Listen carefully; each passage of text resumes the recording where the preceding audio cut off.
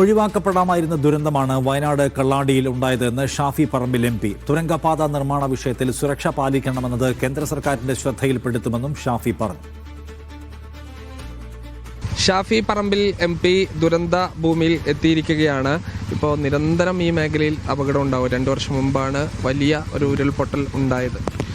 ആവർത്തിച്ചുണ്ടാവുന്നത് തീർച്ചയായിട്ടും വലിയ ആശങ്ക തന്നെയാണെന്ന് പറയാതിരിക്കാൻ കഴിയില്ല.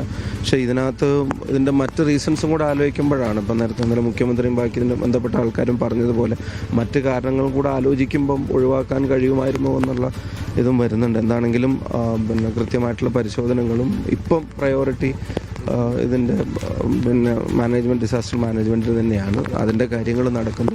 ബാക്കി കാര്യങ്ങൾ മന്ത്രിമാരും ചുമതലയുള്ള ആൾക്കാരുമായിട്ട് സംസാരിച്ച ശേഷം കേന്ദ്ര സർക്കാരിൻ്റെ ഒരു ശ്രദ്ധ പതിയേണ്ടതുണ്ടല്ലോ. ഇവിടെ ഈ തുരങ്കപാത നിർമ്മാണമൊക്കെ ബന്ധപ്പെട്ട് അതിൻ്റെ ഒരു പരിസ്ഥിതിയാഘാത പഠനമൊക്കെ നടത്തേണ്ടതല്ല, അങ്ങനെ ശ്രദ്ധയിൽപ്പെടുത്തുമോ? അത് തീർച്ചയായിട്ടും വേണമല്ലോ. അപകടങ്ങൾ ആവർത്തിക്കാതിരിക്കാൻ അല്ലെങ്കിൽ ഉണ്ടാവാതിരിക്കാൻ ചെയ്യേണ്ടതെന്തോ അത് ചെയ്യാനുള്ള ഉത്തരവാദിത്വം ബന്ധപ്പെട്ട എല്ലാവർക്കും ഉണ്ട്. അത്തരം കാര്യങ്ങൾ നടക്കുന്നു എന്ന് ഉറപ്പ് വരുത്താൻ തീർച്ചയായിട്ടുമുള്ള എല്ലാ ഇടപെടലും ഗവൺമെൻറ്റിൻ്റെ ഭാഗത്തുനിന്നുണ്ടാവും.